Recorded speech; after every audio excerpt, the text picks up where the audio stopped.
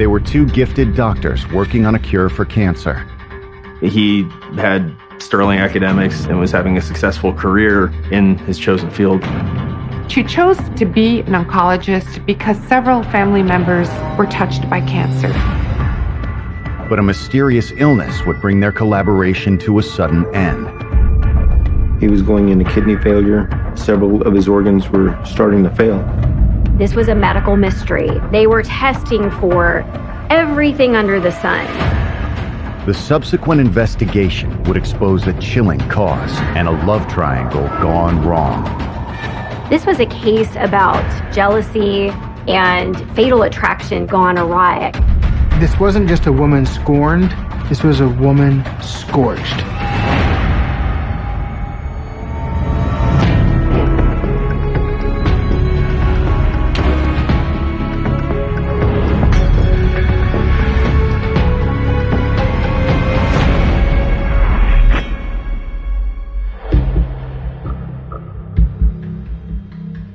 January 27th, 2013, Houston, Texas. It's nearly midnight when a man is brought into the emergency room of the MD Anderson Cancer Center at the University of Texas. This is a world-renowned cancer hospital. They don't have a lot of walk-ins at their emergency room. He wasn't making a whole lot of sense. He was in an altered state of mind. The ER physicians are having a difficult time figuring out who he is and what's wrong with him. Luckily, two women that appeared shortly after he arrived helped.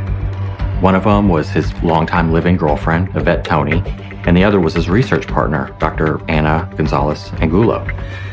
The two women identify him as Dr. George Blumenshine, a member of staff at the University Center. Turns out he's a very prominent cancer researcher at this hospital, at MD Anderson. The doctors immediately admitted him to run a series of tests to figure out what was wrong. They thought maybe he was having a stroke. They did various neurological tests. The tests are all negative. Meanwhile, Dr. Blumenshine's condition continues to worsen. The lab work showed an unusual high level of acid in his blood, which was causing kidney damage. He was immediately transferred to intensive care. He was going into kidney failure. Several of his organs were starting to fail, so he was in grave condition. They're just trying to sort out exactly what's going on and don't really have a clue. By the time the mystery is solved, it will no longer be just a medical problem, but a matter for police as well.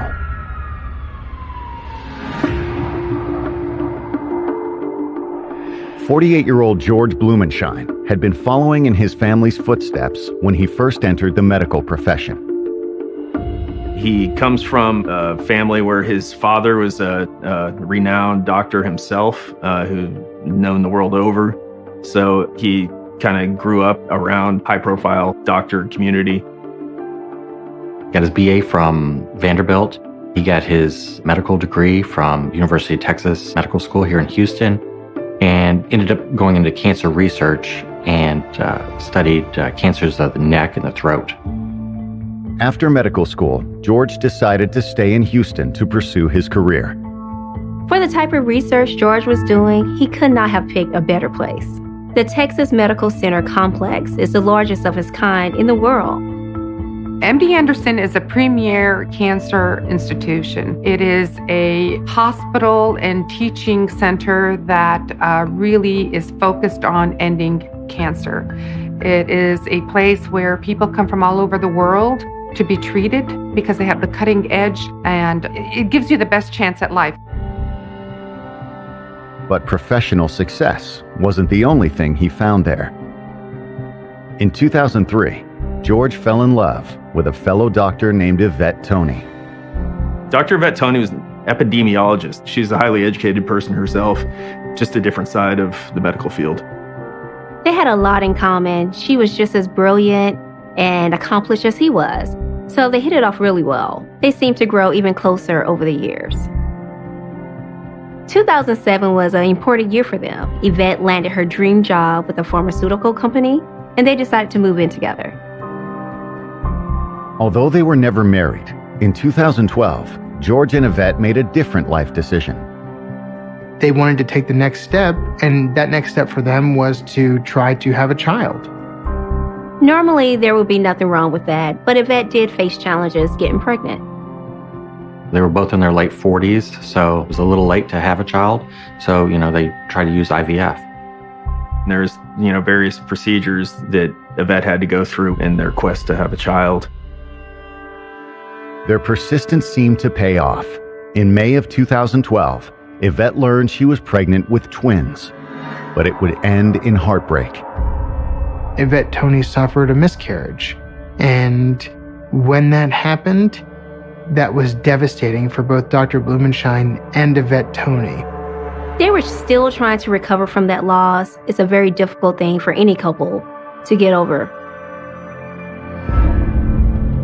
Now, just 4 months later, George has been admitted to intensive care, and the couple is dealing with another life-threatening medical emergency. Dr. George Blumenshine was taken to the emergency center in the late evening. He was in critical condition.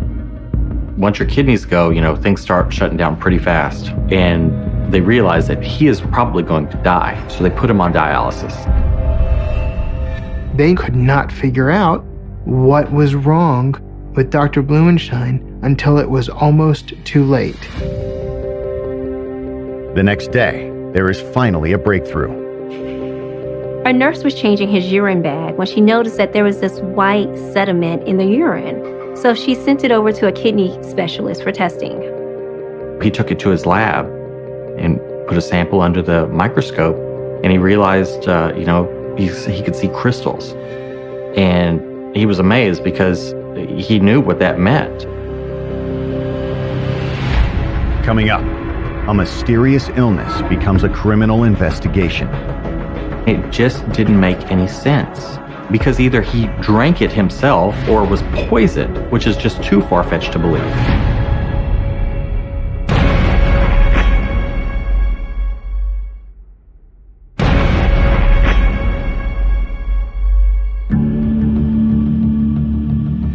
Dr. George Blumenshine, a 48-year-old cancer researcher, has been admitted to intensive care after his kidneys mysteriously began shutting down. And after a battery of tests, doctors have isolated the cause. It wasn't until the nephrologist, the kidney doctor, looked under the microscope and saw these calcium oxalate crystals and thought, oh my goodness, this is what's going on. He has been poisoned. Because there are not really very many things that can cause calcium oxalate crystals in the urine. It's a telltale sign of ethylene glycol poisoning, which is consistent with his other symptoms. Those symptoms include intoxication, stomach pain, and kidney failure. You can die from ingesting even a small amount. And it just didn't make any sense because this is basically antifreeze. An adult doesn't drink it, much less, a world-renowned doctor. The hospital immediately notifies police. Investigator Max Sosa is assigned to the case. I made my way over to intensive care where he was located. He wasn't able to be responsive to any type of questioning. It was just his physical condition. What normally kills somebody in ethylene glycol poisoning is not just the kidney failure, but it is the metabolic derangements that occur. Death can occur from a life-threatening heart rhythm and arrhythmia. Because of the circumstances of not knowing what we had, it was real touch and go. With George out of commission, the next step is to talk to those closest to him. The detective begins with George's longtime girlfriend, Yvette Tony. Since it looked like a poisoning case, the authorities wanted to know what he had eaten and what he had drank. When I initially met Yvette Tony, she was very nice. She appeared to be forthcoming. We tried to get a time frame of when they had eaten together. Yvette says she has no idea how he could have been poisoned. They'd shared a meal just the night before, when George returned from a medical conference. They had gotten takeout from a well-known Greek restaurant here in Houston, drank a bottle of wine, went to bed, everything seemed fine. She showed no symptoms that were anything similar to what George Blumenshine was experiencing. So That led me to believe that I could possibly rule out anything that they had consumed or drank together. That morning, George had left for work, even though it was a weekend. He got up, drank a glass of orange juice, and then went out the door to go work with Dr. Gonzalez Angulo. They had been working together long hours on a project, a research paper. There was no signs that there was anything wrong with him. There was no slurring of his speech. Nothing was wrong with his gait. He just appeared to be normal. But Yvette says that when she called George later that day, something didn't seem right. She said that the first time that she spoke with him, it was somewhere around noon, 1 o'clock, and he was complaining of his head hurting. The second time that she talked to him, she indicated that she could already hear a slur in his speech at that point. She was concerned that he was displaying symptoms of possibly having a stroke. Some time goes by and she still hasn't heard from him, so she starts to get worried. She tried calling him several times in the next few hours, but he never picked up. Yvette tells police that George was scheduled to have a dinner meeting that night with several other physicians, including Dr. Ana Gonzalez Angulo. So around 10 p.m., she finally tried contacting Ana at home. Yvette was able to reach Dr. Gonzalez Angulo on her phone and ask what the heck was going on. And Dr. Gonzalez Angulo said, I think it's fine. George is acting weird, though. Yvette Tony, she's asking what condition he's in and why hasn't he gone to the doctor yet. Dr. Gonzalez Angulo's response was that George was uncontrollable. She wasn't able to convince him to go to the doctor. Yvette tells Dr. Gonzalez Angulo, stay there, I'm coming to get him and I'll take him to the hospital. But Yvette says that by the time she arrived at Anna's home, George had already left. George was driving himself to the hospital. The reaction that Yvette Tony had at that point was she just couldn't understand how Dr. Gonzalez Angulo allowed him to drive his vehicle in the condition that he was in. Apparently, he just took the keys and left. There wasn't much she could do to stop him. So Ana and Yvette both drive over to MD Anderson, where they find George sitting on a bench. He basically had driven himself to the parking garage where he normally parked. They were trying to urge him to get to the hospital, and he was reluctant. His speech was slurred. He was incoherent. To convince George he needed help, Yvette recorded him slurring on her phone while she and Ana talked to him. He's trying to act normal, like nothing's wrong, and he just looks like a drone. She takes it for, her own edification to show him later, this is why I made you go. Why don't you stand up and introduce yourself? The last 8 hours or so, I've gotten progressively discoordinated. His speech, his reaction, his movements, it all appeared that he wasn't understanding at all what was going on. They actually had to call emergency center personnel to come and get him. George, Josiah, how you doing, Jim? How are you? I'm fine. I think you're fine. Just feeling sure. Yeah, let's go to the hydration then. More than 8 hours after his symptoms first appeared, George was finally admitted to the ER. But was it already too late?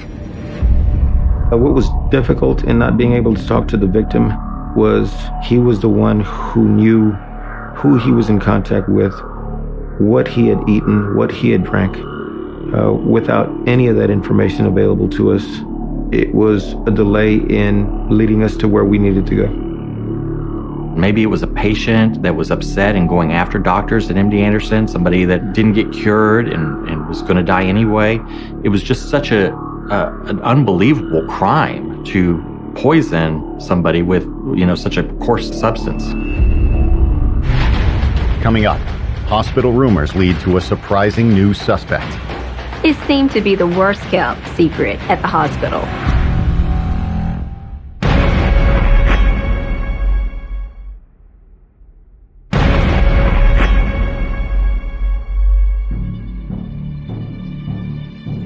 It has been several hours since Dr. George Blumenschein was diagnosed with severe chemical poisoning, and investigators are trying to determine who could have done it.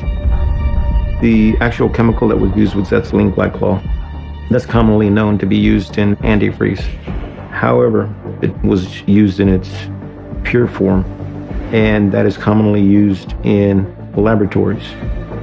It seemed very unlikely that an experienced doctor would accidentally ingest it. And it just so happens that Dr. Blumenshine didn't even work in a lab. Did that mean the suspect might be working at the hospital?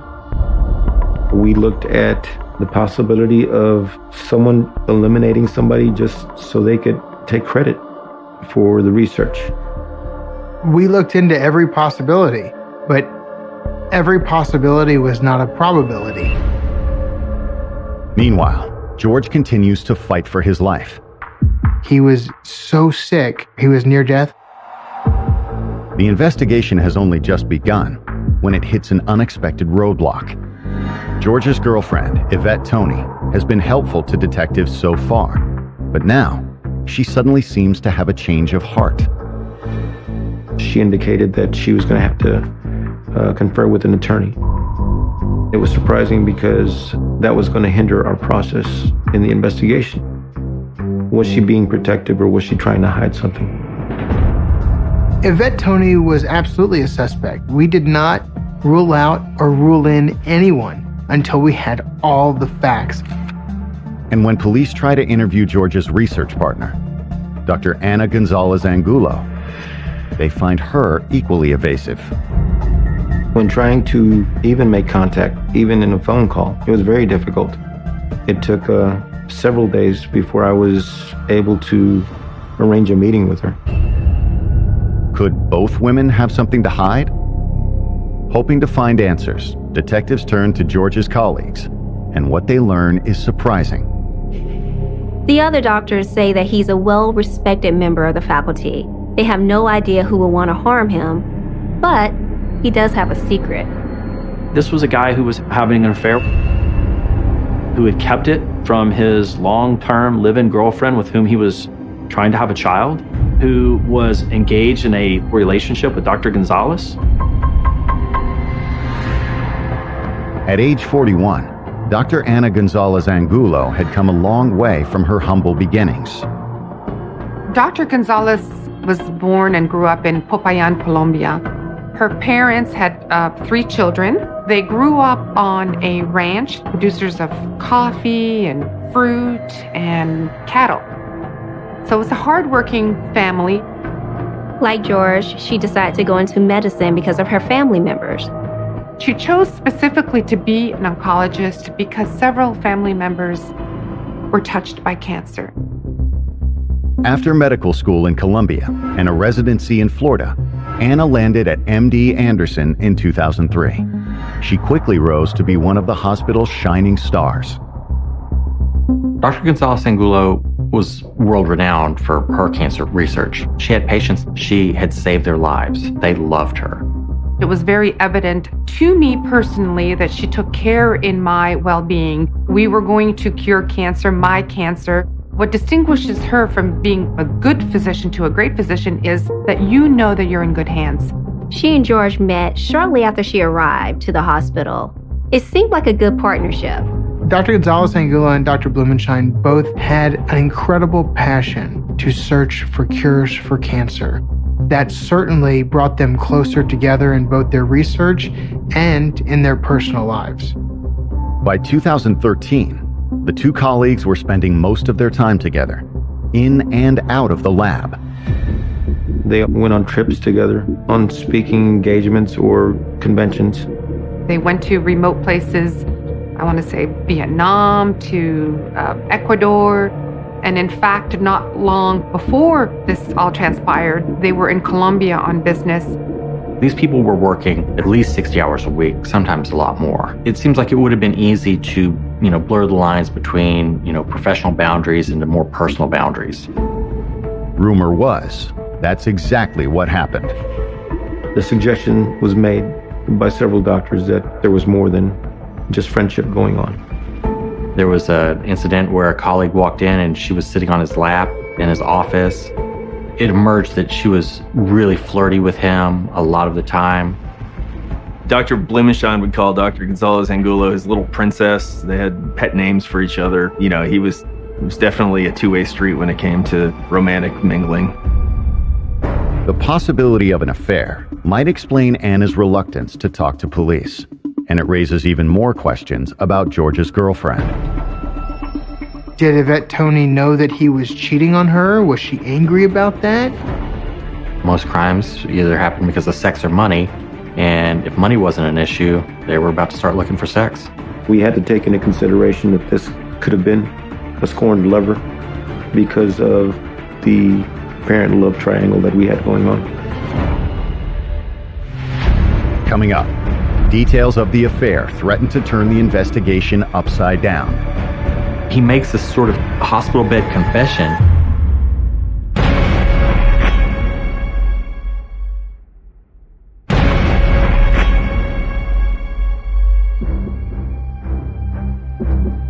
As George Blumenstein continues to fight for his life at MD Anderson Hospital, detectives have just learned that their victim has been living a double life for 2 years.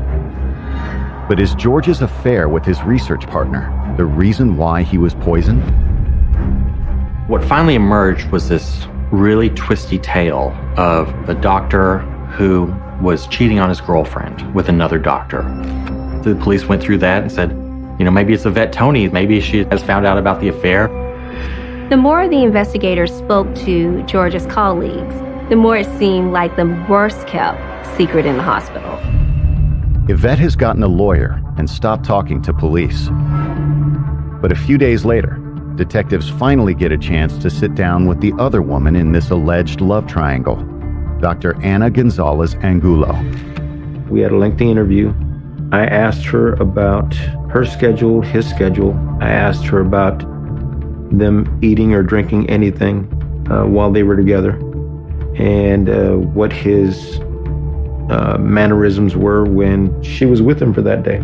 She didn't provide anything that was damaging to her other than the fact that she provided him coffee to drink. He didn't start displaying any symptoms until the afternoon, and by the evening, he was so intoxicated that his colleagues thought he was having a stroke. When they get around to asking her about the affair, she completely denies it. She was forthcoming about the amount of time that they spent together. She told me that they were very close friends. I asked if there was more, and she just referred to themselves as very close friends. Although Anna claims there was no affair, she's well aware of the rumors. She tells investigators that her partnership with George has caused her serious problems. She described threatening letters, there were threatening phone calls. They all had the common thread of stay away from Dr. Blumenstein, you're too close to him, stay away. She even indicated that there was a point where she had gone out to check her mail, and she was taken to the ground and punched and kicked. When the assault occurred, she called George Blumenstein, and he and Yvette Tony both offered a place for her to stay. They supposedly urged her to go to the police, and she put it off for a time. The police report appears to confirm the attack. I was provided with photos of what appeared to be bruising to her face and her abdomen. She described a man and a woman, both African American. After he was poisoned, those threats and those letters suddenly became Exhibit A. This all seems to point at Yvette as a potential suspect. If she thought that there was an affair, she might be trying to get back at them. Investigators are only left with more questions, but thankfully, they're about to get some of them answered. They got word from the ICU that George was going to pull through. There was kidney damage, but he's going to survive. He doesn't say much while he's recovering in the hospital, but the detectives were able to talk to him after he was released a few weeks later. It occurred to me that interviewing him at his home or at his office wasn't the ideal or most comfortable place to speak with him. So I convinced him to take a ride with me in my police vehicle. It's an unmarked vehicle, just something that he would have been comfortable in. So we went for a drive and we had a lengthy conversation. He finally provided me a definite timeline, came clean with his affair that had been going on with Ana Maria Gonzalez Angulo. The fact that Yvette Tony had no idea that anything was going on between them. According to George, the affair had been Anna's idea. Ana Maria Gonzalez Angulo was the one that pursued him. She was the one that reached out to him. She was the one that suggested that they work on research together, that they travel to conventions together. And then things started getting a lot less professional. At first, George tried to keep their relationship professional. After all, he had a live-in girlfriend. But after constant temptation, he finally gave in. In 2011, Dr. Blumenshine and Dr. Gonzalez Angulo began their affair. They were at a conference in Sweden together, and that's when they first started their sexual relationship. George tells detectives that he regrets his infidelity and has already told Yvette about it. Dr. Blumenshine was absolutely remorseful for his actions, and he owned them. He makes this sort of hospital bed confession to his girlfriend and says, I need to tell you that I'm having an affair. And it's with Dr. Gonzalez Angulo. When investigators asked Yvette about it later, she admitted to having turned a blind eye to it. Even if Yvette knew about the affair, George insists that she would have never tried to poison him. There would have only been one person who would have tried to do that. Coming up, a jealous lover carries out her deadly plan. Dr. Blumenshine said that the coffee was incredibly sweet.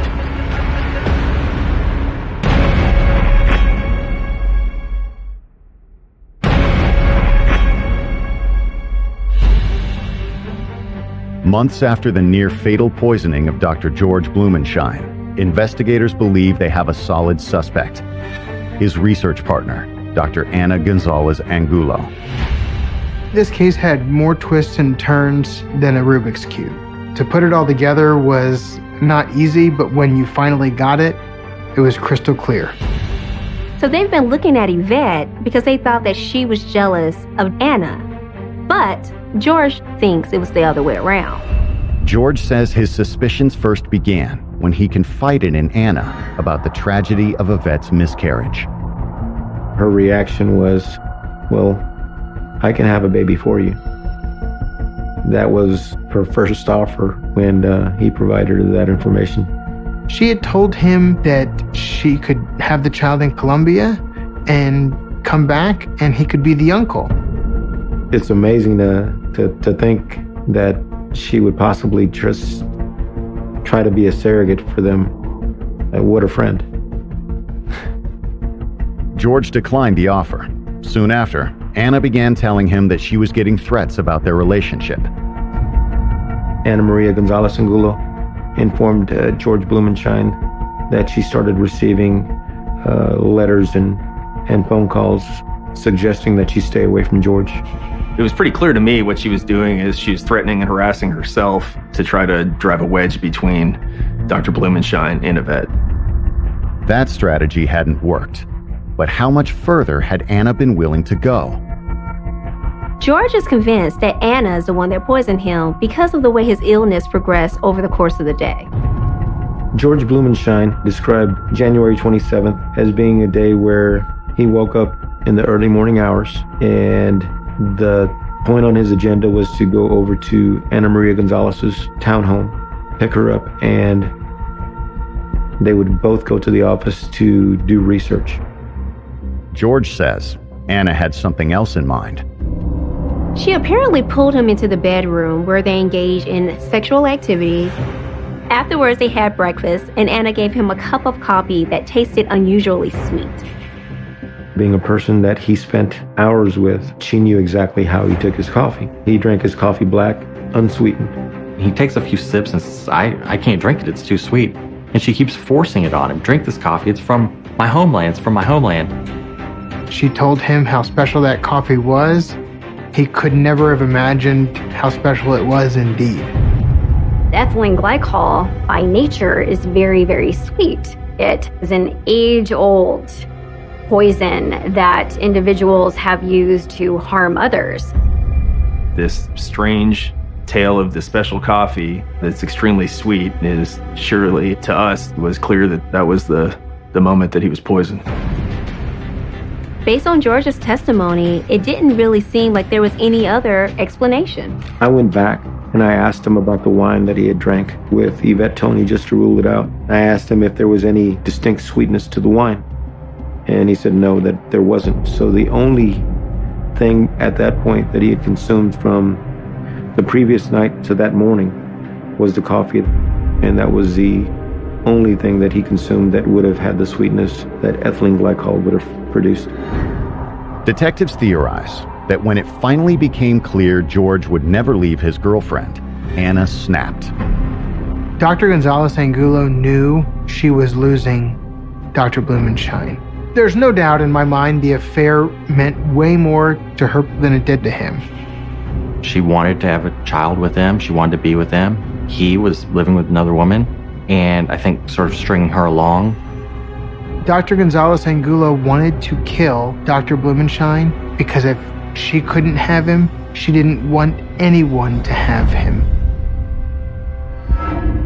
Now, they just have to find a way to prove it. We were waiting for a detailed report from the chemist. We had to establish timelines of how what he ingested would have metabolized and what the time frame would have been. We got with the experts, and when we looked at the timeline, there was only one thing that was off. It was that coffee, and the timeline fit like a glove. The amount of time that ethylene glycol takes to metabolize in the body, that would have ruled out Yvette Tony because of the time frame where he started exhibiting the symptoms. He would have been well into metabolic acidosis and renal failure by the time that he had presented to the hospital. So the timeline does not fit at all that Yvette was the poisoner, not to mention the fact that she would have not had access to ethylene glycol from a laboratory. On May 29, 2013, 4 months after George was poisoned, Anna is arrested on her way to work.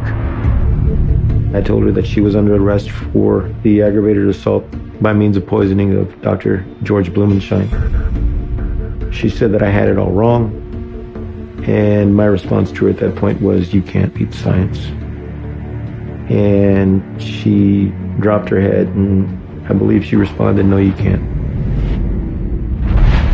Coming up, the jury hears new evidence captured by the victim himself. Some of those recordings were chilling.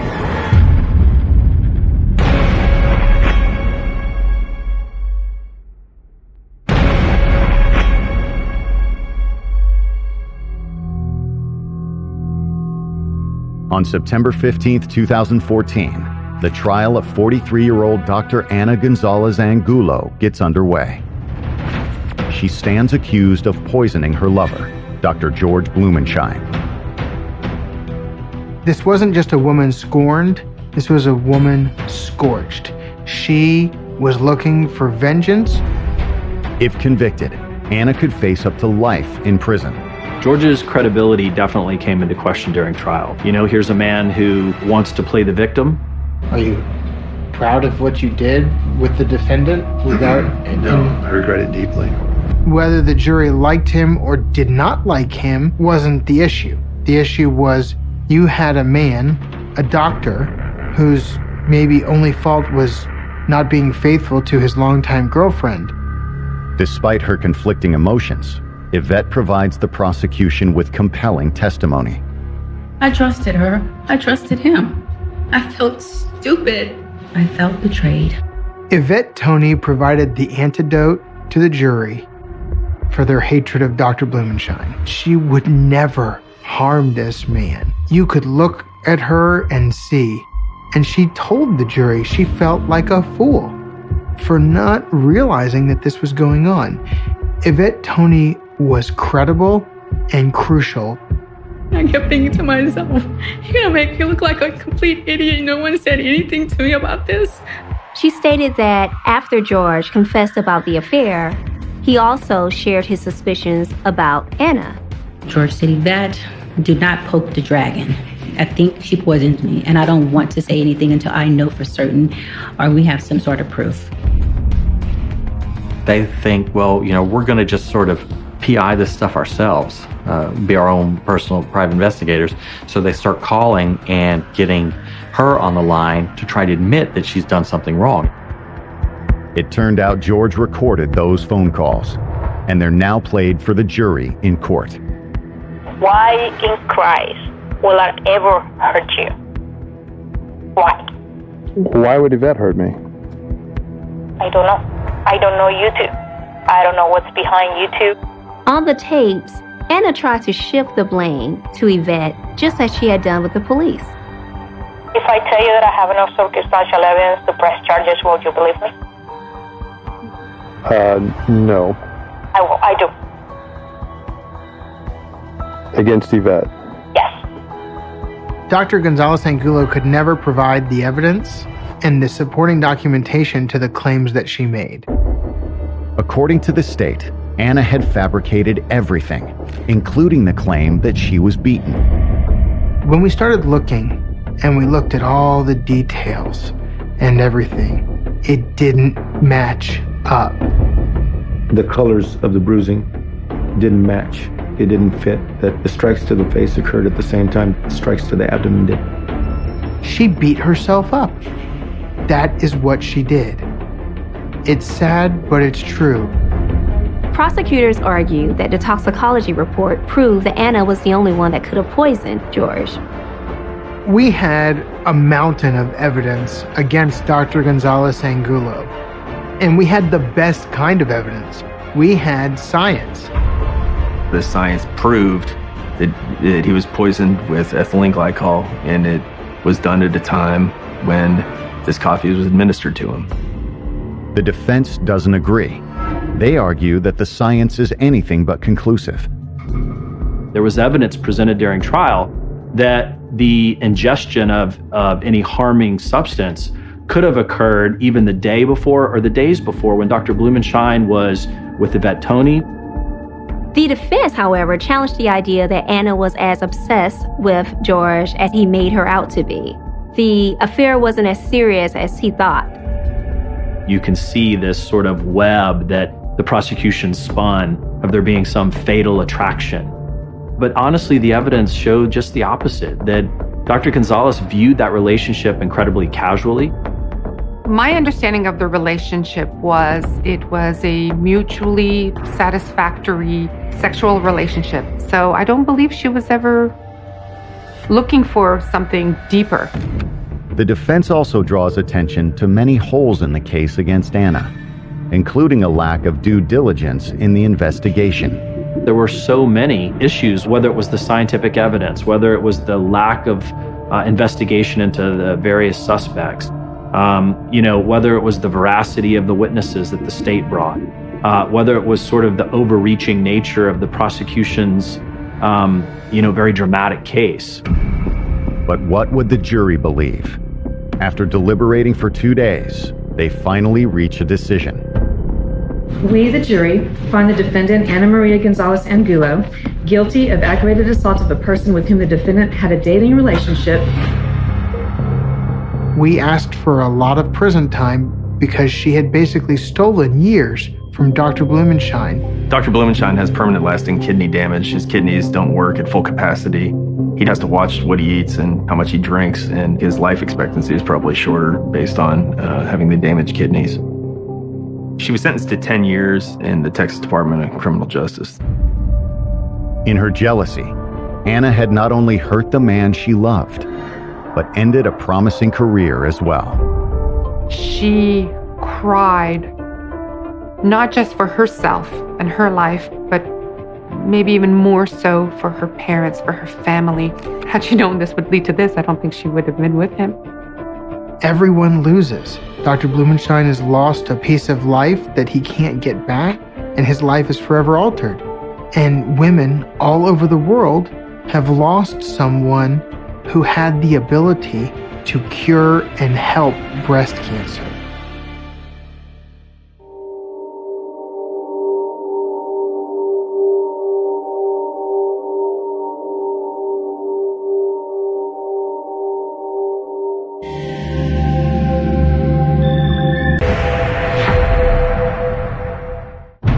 They were two promising young employees at a luxury hotel. Both were excellent members of staff. They were known as punctual, good, solid, hard-working people. Until they were both slain under mysterious circumstances. They were met with a horrific scene, possibly some form of bizarre, ritualistic behavior. That indicated a lot of anger, a lot of passion. This wasn't just some random attack. The search for their killer would lead investigators down a dark and disturbing path. He just had this sort of anger festering inside him that was just ready to erupt at any moment. But the more clues they uncover, the more bizarre the case becomes.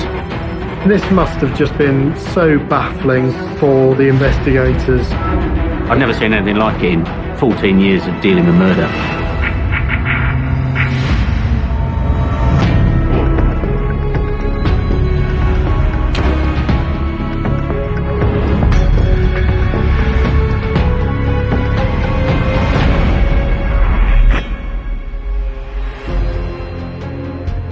August 10th, 2011, London, England. Around 3:15 p.m., managers at the Radisson Blu Edwardian Hotel outside Heathrow Airport call police after 3 of their employees go missing. They were due to start a shift at 3 p.m. and they didn't show up. And that was very out of character for them. So the time went by and people began to get more and more worried. The hotel staff had obviously trying to reach them by phone. Tried and tried and tried, to no avail. When officers get there, they're told that 2 of the employees live in staff apartments behind the hotel. So that's where they start. The officers enter, not knowing what they're about to discover. They found what was essentially a bloodbath. On the floor is the dead body of a young woman. She'd been subjected to a horrendous stabbing attack. They also noticed a trail of blood leading to the back bedroom. Now, when they go in there, they find another victim.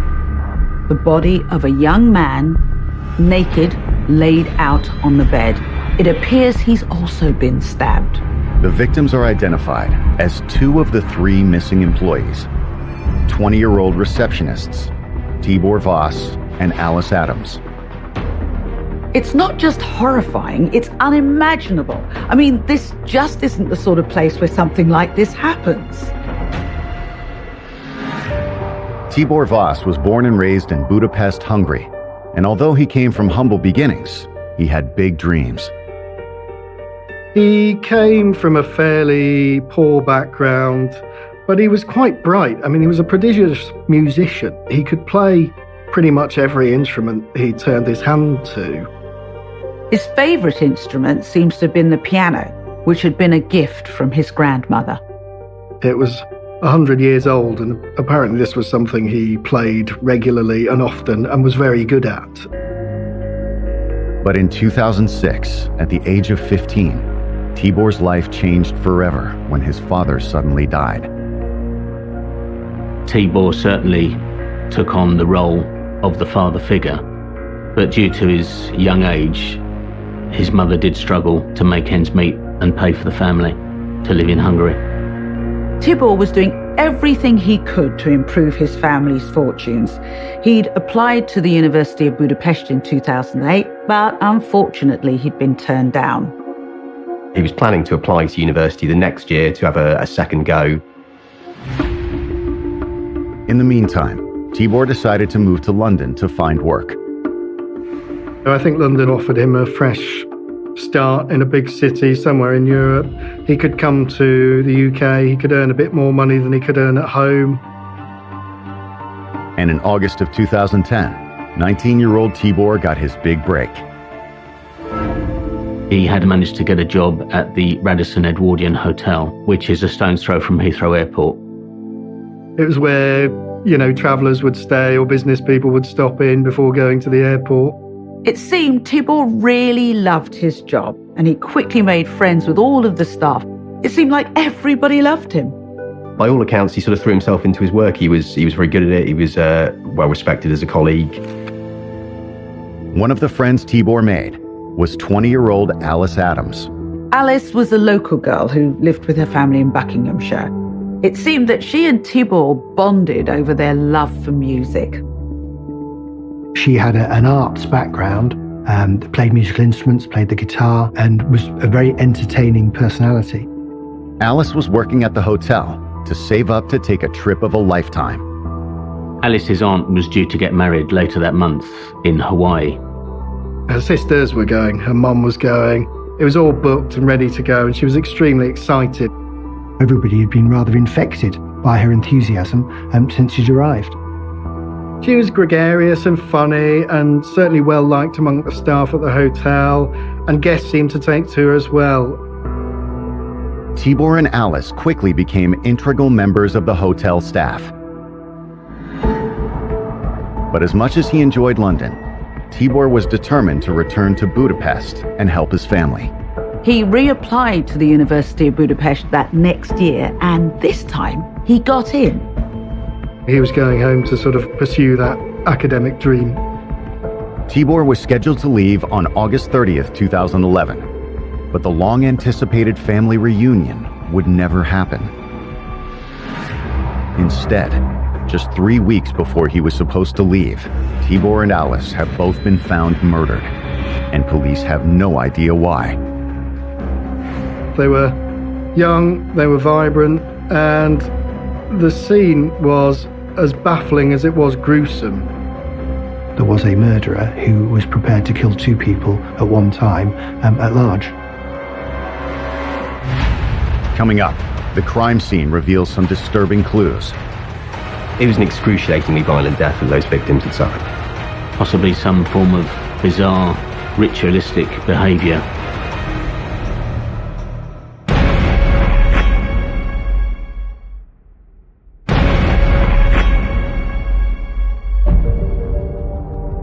London police are investigating the brutal murders of 2 hotel employees, 20-year-old Tibor Voss and his friend Alice Adams. 3 of the workers down for the 3 p.m. shift did not turn up. So eventually the police were called and kicked in the door. They'd been found stabbed to death in Tibor's apartment behind the hotel when they'd failed to show up for work. They're not only looking at 2 extremely violent murders, but a missing person as well. The first thing the police do is to seal the premises off, effectively, to restrict anybody else having access. When homicide detectives arrive, they bring a full forensic team with them to go over the crime scene looking for evidence. You're trying to get a picture of what you're dealing with, you know, who are they, what are they doing there? There are no signs of the 3rd missing employee. There's also no sign of forced entry, and it doesn't look like anything was stolen. In fact, it appears there had been a wild party going on the night before. There was evidence of alcohol consumption, and there was some drug paraphernalia around the flat. Police found the remnants of poppers, which are essentially a sort of mood-loosening drug that you sniff. They tend to sort of diminish inhibitions. Investigators don't yet know if the drugs have anything to do with the murders, but it seems possible, given the extreme violence involved. There were 22 stab wounds to her, both to the front and the back. That indicated a lot of anger, a lot of passion, and that tells detectives this wasn't just some random attack. Whoever did this likely knew Alice, and the position they found her body in strengthened that assumption. She was covered with blood, and her face was covered with a cushion. It could be that whoever killed her didn't want to see what he'd done, or perhaps if her eyes were open, he felt unnerved by that. It's very difficult to know. When investigators began examining Tibor's body, the crime scene becomes even more disturbing. Tibor was on his back on the bed with his knees, legs slightly raised, hands by his side. It was like he'd been placed like a mannequin in a shop or something. The pathologist determined that Tibor had been stabbed twice in the heart, but he wasn't on the bed when it happened. He was naked, He'd sustained fatal stab wounds. You would expect to see a lot of blood on and around the body, but in this particular case, Tibor's body was very clean. They realised that in fact, to some extent, his body had been washed. They were able to see that there was diluted blood on his body. Based on the evidence, detectives believe Tibor was stabbed on the sofa, then moved afterwards.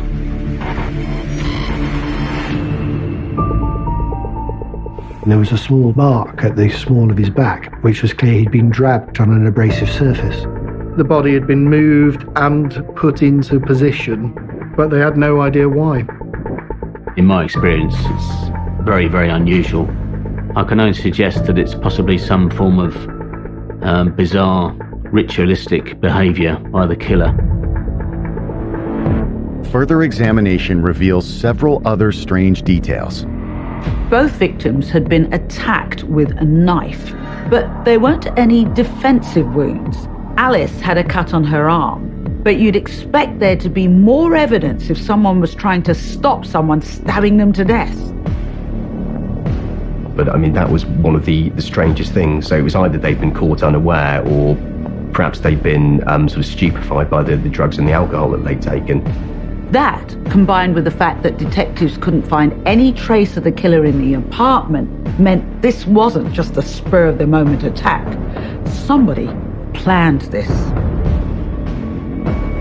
There was all this blood inside the threshold and everywhere, but there was no blood outside at all, which one would expect to find if someone heavily bloodstained had left the scene.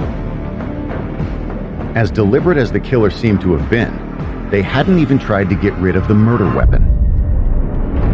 On initial examination of the crime scene, several blood-stained knives were found within the flat. On the one hand, you've got the injuries to Alice, which suggest a crime of passion, but on the other hand, you've got what happened to Tibor, which were almost sort of cold and calculating in nature. This was quite clearly not a normal murder case. Even experienced detectives were looking at this scene and wondering what on earth was going on. The hotel's security footage doesn't provide any leads either. So detectives turned to Tibor and Alice's co-workers, hoping they might be able to shed some light on what happened. They got glowing reports on both Alice and Tibor. Both were excellent members of staff. They were known as punctual, good, solid, hard-working people. Police learned that Alice had only been working there for a few weeks. She and Tibor were really close, but it wasn't a romantic thing. They just had lots in common. Employees say the party at Tibor's apartment was to celebrate him finally getting into college. We were told that the party was because Tibor Vass was due to go back to Hungary, so a celebration of sorts, or a going-away party. He was leaving London and returning home, something that he was very happy about. The colleagues had been with, in fact, Tibor and Alice. They were drinking. Alice played the guitar. There was singing, and they'd obviously had a good evening. When it was time to go home, the only people left in Tibor's apartment with him were Alice and his roommate, 31-year-old Attila Ban.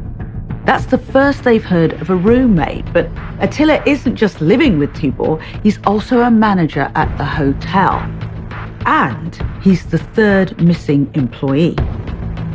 They didn't know whether he was a victim, been kidnapped himself, or was a party to what had taken place. Coming up, the search for Tibor's roommate turns up a possible motive. Some speculated that it might be some sort of revenge killing.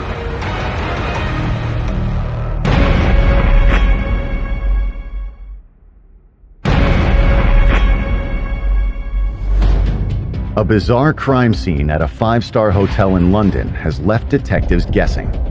2 employees have been murdered, and a third has gone missing. But is he another potential victim or a suspect? We had learned from witnesses and colleagues that Attila Ban was nowhere to be found. Urgent inquiries were then undertaken to trace him. They try calling his cell phone. Now, there's no answer, but it does let detectives see where the phone is currently located.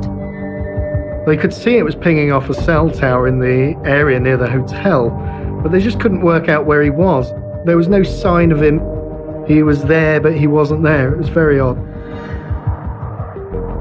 In the meantime, investigators continue to interview other staff members at the hotel, hoping to learn more about Attila and his relationship with Tibor and Alice. Attila Ban was from Hungary, like Tibor. But according to those who knew him, Attila's upbringing was very different. He had an abusive childhood and then was brought up by his grandparents. Things didn't get any easier for Attila as he got older. He was homosexual. He realized that when he was aged about 17 and found that very difficult in Hungary. He struggled to cope with the fact that he was gay. And in a country where that's not necessarily approved of. Attila faced an uphill battle living in Hungary, so he decided to make a change. He was clearly bright. He traveled to the United States and worked there for a while when he was aged about 25. Found life rather more tolerant there about his sexuality. It seems Attila did fairly well in the States. He got some valuable work experience. But after a while, he decided to move again. He came to London to better himself and try and get a career in the hotel business. He had a history of working in the hospitality industry. He'd held similar jobs in the US. He'd come over to the UK, first of all, to visit, but then had managed to get a job working at the Radisson Hotel. Attila excelled at the Radisson, quickly becoming one of their most valued staff members. He was a very successful employee. He was gregarious, outgoing, confident. Customers were very, very quick to praise him. In fact, we never heard anything negative about Attila Ban at all. As a reward, the hotel gave him one of their exclusive staff apartments to live in. There were only a few of these, so it was deemed quite a step up to be offered one of these apartments. That same year, Tibor Voss came to work as a receptionist. It didn't take long for the two to become friends. I think Attila had recognized a fellow Hungarian who he could bond with.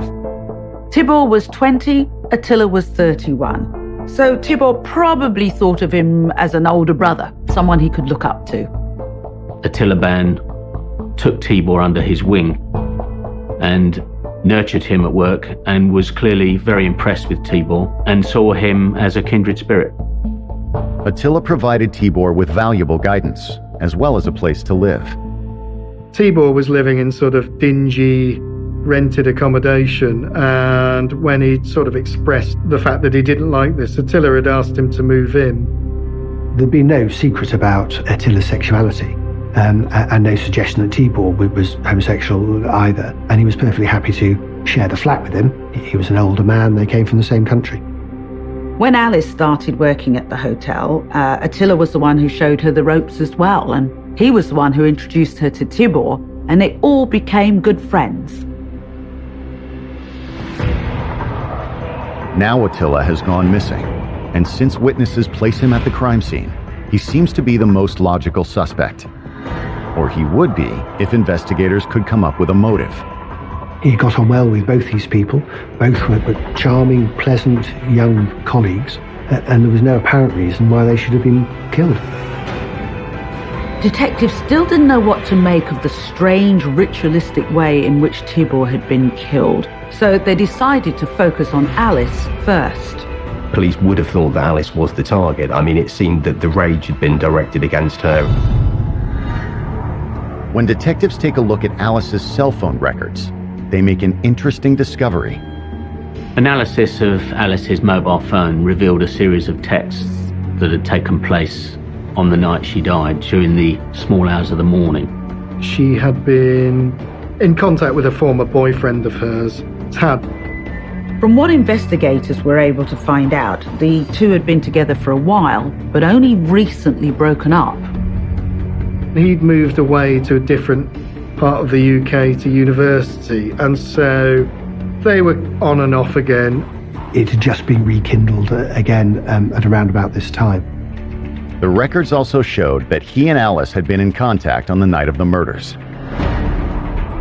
They were apparently texting while she was at the party, and one of those messages really stood out to detectives.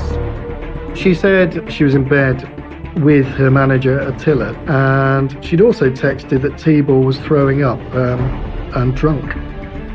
Investigators don't know much about their relationship at this point, but most boyfriends aren't going to be too happy with their girlfriends texting that they're in bed with another guy. Did Alice's boyfriend show up at the apartment to take revenge? With the phone conversations, he could have been jealous. So maybe he drives over there, kills Alice and Tibor, and kidnaps Attila. For all they know, he could already be dead. Coming up, a social media post takes the case in a new direction. It was very mysterious. It just said simply, "I'd like to wake up from this nightmare."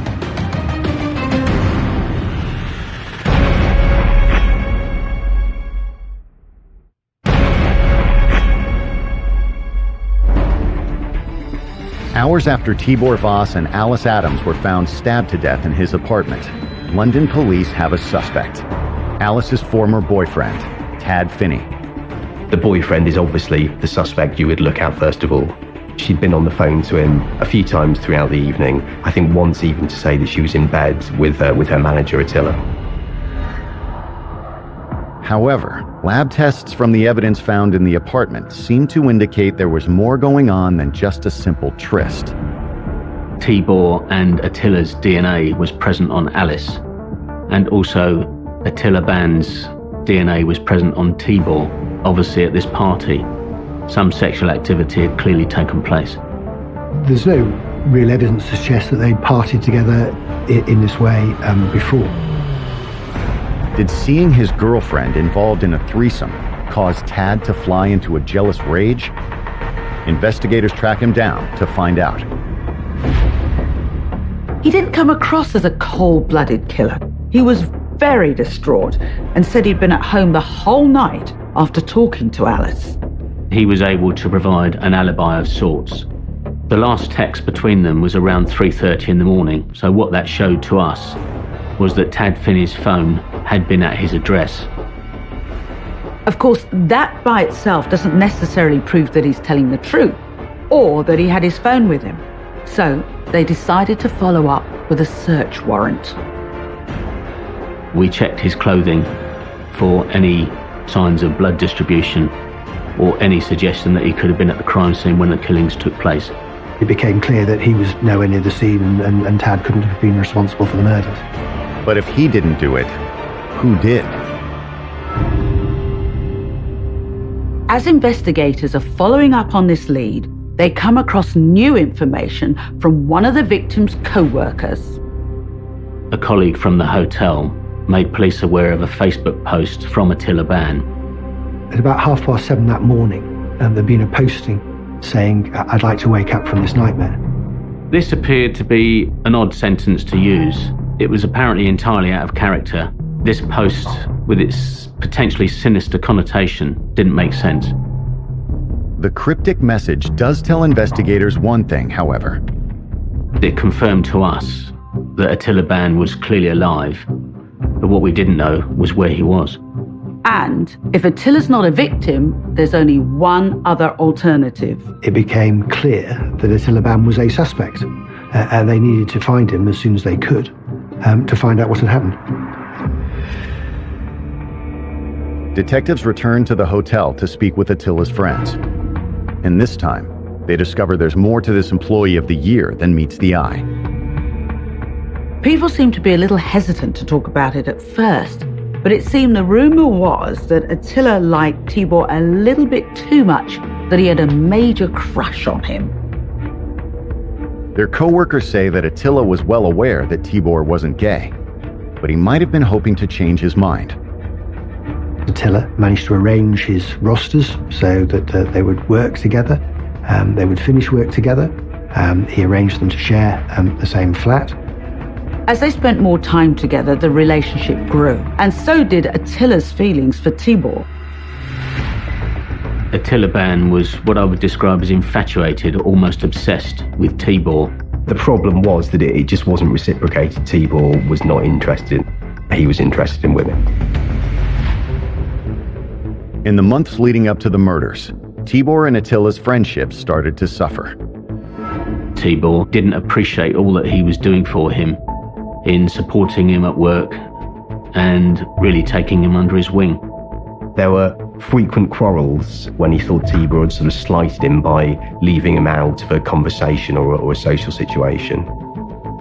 Colleagues say that on one occasion, they even saw the two men get into a heated argument. Tibor had arranged for a star photograph to be taken, and on the day it was taken, Attila was not in the photograph. He was left out of this photo, and Attila was not happy about that at all. And things only seemed to get worse once Tibor started becoming closer with Alice. Attila was upset about that, clearly jealous of anybody else having a relationship with Tibor. He wanted Tibor to be spending time with him. He'd got in the flat. Why was he off with this woman who just waltzed in there and had only been at the hotel a few weeks? Had it been enough to finally cause Attila to snap? He just had this sort of anger festering inside him that was just ready to sort of erupt at any moment. And the whole thing was compounded by Tibor's intention to leave the UK. This is what we believe is motivation for the killings. With Alice's boyfriend cleared of suspicion, Attila Ban has become the prime suspect. There's just one problem. We were still left with the indisputable fact we just didn't know where he was. Not only do they not know where he is, they have no idea how he managed to flee the scene without anybody seeing him. There were a number of theories that police worked up, that maybe he was in the loft, maybe he jumped out of a window, or maybe he'd been particularly cold and calculating and stashed a clean pair of shoes outside the front door so he could have put them on after the killing, made his getaway without leaving a telltale trail of blood. We checked to see if there was any loft space or a crawl space or an adjoining property that may be linked that had some form of fire escape or escape route, but all to no avail. The trail had gone cold, but the forensics team went back to the room to check it out again. Coming up, investigators make a shocking discovery. This is just a scene that nobody could ever have imagined or envisaged. It must just have been mind-blowing.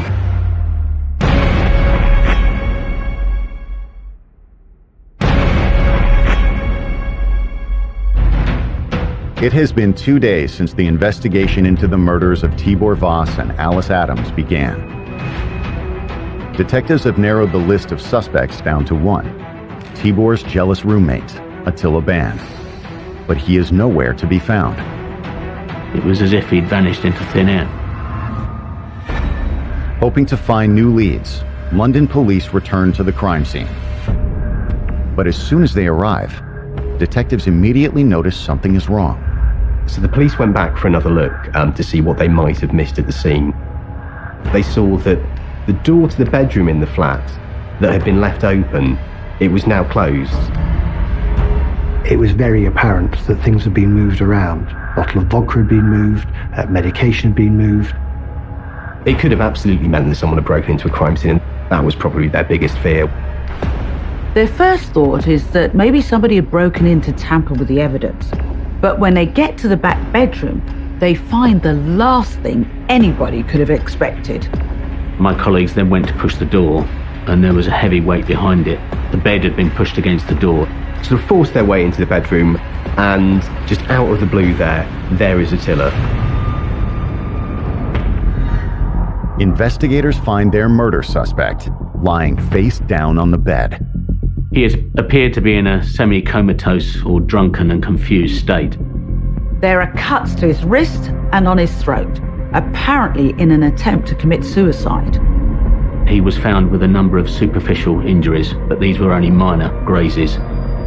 He's caked in blood, with a craft knife sticking out of his arm and another one in his buttocks.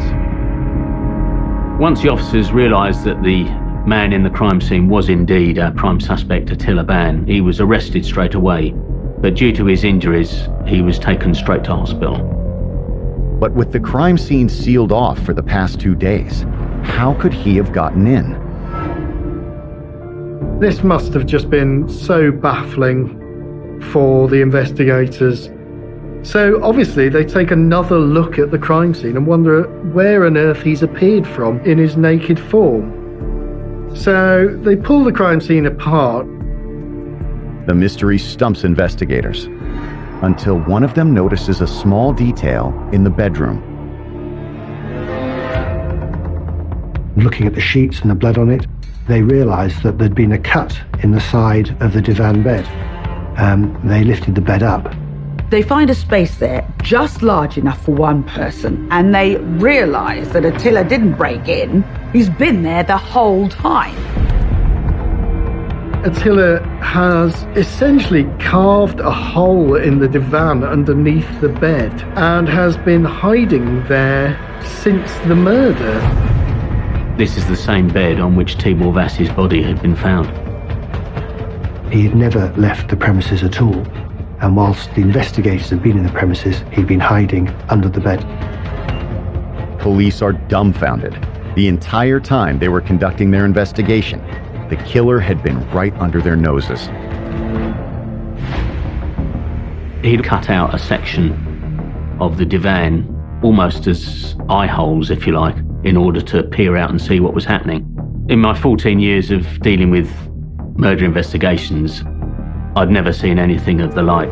I mean, it's crazy. But he'd actually taken this primitive survival kit inside this. There's a bottle of water, a knife, and his mobile phone to keep him going in there.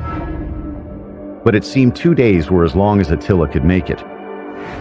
After he's treated and released from the hospital, investigators sit down with Attila to find out what happened. Unfortunately, he's not talking.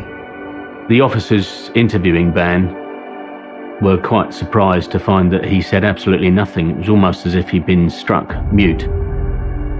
Detectives aren't sure whether this is just another deception or an indication of his mental state. He just murdered his two closest friends, so it's possible he might have had some kind of psychotic breakdown, but at that point, there is no question that he did it. Attila Ban was eventually charged with the two murders of Tibor Vass and Alice Adams, and up to that point, he continued to say nothing. Attila kept his silence up for several weeks before he finally comes clean about what happened the night of the murders. He tells them about the party for Tibor and how it was supposed to be a special party for him, and it appears Attila brought along some drugs just to spice up the celebration. He explained about his offering poppers to people there and the taking of other drugs to party and to drink. Attila claims he can't remember anything after that. He portrayed an amnesia, a lack of recollection as to what had happened precisely. He said he sort of woke up out of a stupor and there were the bodies, and so he figured he must have killed them, but he had no recollection of doing so. It was their and my view that Attila Ban was suffering from a severe case of selective memory. Coming up, Attila Ban faces trial for the murders of Tibor Vass and Alice Adams. He tries to claim that he wasn't in a fit mental state when he murdered them. But will the jury believe him? Attila Ban was an extremely devious and manipulative individual.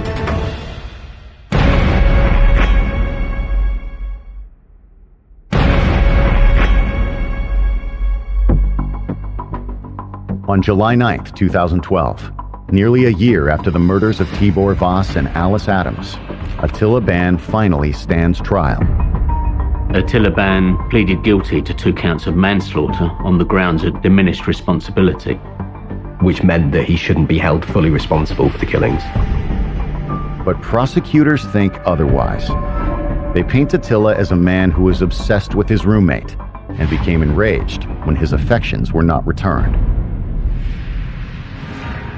Tibor and Alice, being such close friends, Tibor intending to leave the UK, coupled with Attila's almost obsessional pursuit of Tibor, all added to Attila's frustration. All this anger and jealousy had been building and building for some time. Prosecutors believe that on the night in question, Attila's desire for Tibor was finally realized in a drug-fueled sexual encounter. But it hadn't turned out the way he'd hoped. Tibor had shown sort of more affection towards Alice. This had driven Attila mad. Attila had that moment of realization that he's always going to prefer contact with women to me. When Attila finally realized he would never have Tibor to himself, he snapped. Attila felt that if he couldn't have Tibor, then nobody could. Since neither of the victims had defensive wounds, prosecutors think that he might have waited until they passed out and then stabbed both of them. One of the unsolved mysteries in this case was quite what had happened and in what order. It's very difficult to work out. Prosecutors don't know why Attila took the time to clean and pose Tibor's body afterward, but it showed that he was clearly aware of what he had done. I can't really give an opinion on why such an event may have taken place, what it may have meant, or why it may have happened. As twisted as it might sound, it might have been Attila's way of paying last respects to the man he loved. Attila's defense argues that his actions were consistent with a man who was suffering a severe mental breakdown. They even put Attila on the stand to testify in his own defense, but that proved to be a mistake. In giving evidence, Attila Ban rather kept a script, accepted he must have killed both Alice and Tibor. But he couldn't give any rational explanation really as to why he would have behaved quite as he did. He wound up essentially bursting into tears, trying to convince the jury that there was no way that he could have done something like this in his right mind to his best friends. I mean, he put on something of a theatrical show, really. He was very sort of over the top, putting on this show for the jury of being disorientated, not really understanding what was going on. To the prosecution, Attila's claims of mental illness are just another ruse. You would not be able to hold down a responsible job. So he was functioning, he was going out, he was working. Attila Ban was an extremely devious and manipulative individual. And the fact that he was suffering from a mental illness, unfortunately, appears to be disproved when you consider that he had the presence of mind and the resourcefulness to secrete himself within the crime scene, and also to make provision within the confines of the divan bed to take water and other articles with him, in effect, as a hideout. Even if there'd been a loss of control, I mean a real loss of control, provoked by something that had happened, that would only apply to one of them. The jury agrees. On July 18th, 2012, they find Attila Ban guilty on all counts. The jury convicted Attila Ban of the 2 counts of murder that he faced, 1 count for Alice and 1 count for Tibor. I believe the jury thought, as I do, that Attila Ban was an extremely devious and manipulative individual. He was sentenced to a life in prison and will serve a minimum of 26 years. It must have provided some comfort to see him pay for what he did, but nothing can undo the pain he caused. A disturbed man's jealousy had ended 2 promising young lives and shattered the lives of their families forever. I've never encountered a case like that, ever, and I doubt I will ever encounter a case like that again. This is one of the most tragic cases I've ever had to deal with. Tibor Vass and Alice Adams, who were effectively cut down in their prime with their whole lives before them, is some obsessive desire that couldn't be satisfied. But why Alice had to die, I'll never understand it.